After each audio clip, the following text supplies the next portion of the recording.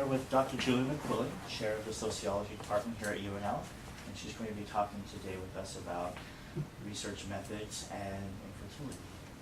So, welcome, Julie. Thanks for joining me.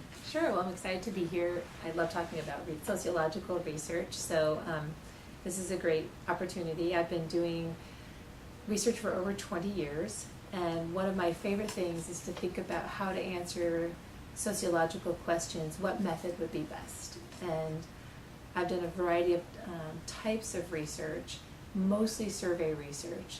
And recently we had a question about women with infertility, and most people assume that infertility is a devastating experience for women.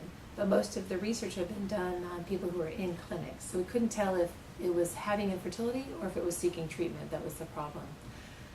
A team of fellow researchers and I got together, and we were able to do a random sample of women, the whole country. All women of reproductive age had an equal probability of being asked to participate, and we found women who had infertility, who didn't have infertility, and among those who did, some had sought treatment and some had not.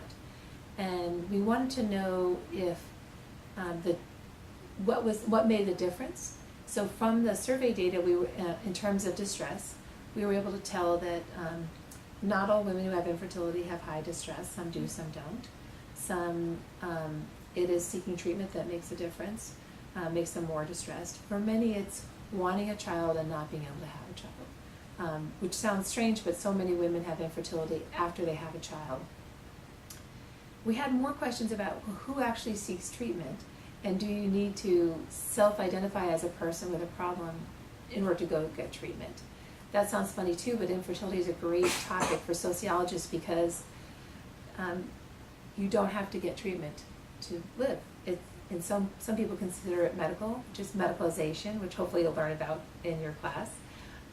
Others consider it a social issue that you could adopt, you could foster, you could live a child-free life.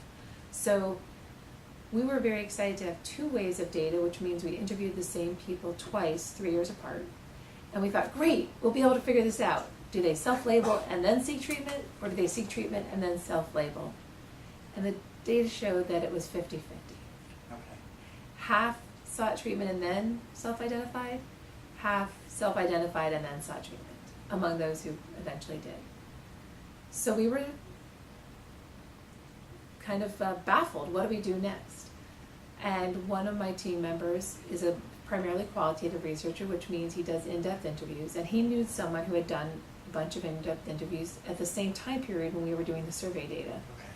So we partnered with her, and we went through her data with her, and we found that indeed many of the women that she interviewed talked about not wanting to own the identity of an infertile woman because they thought that meant it's hopeless, I'll never have a child.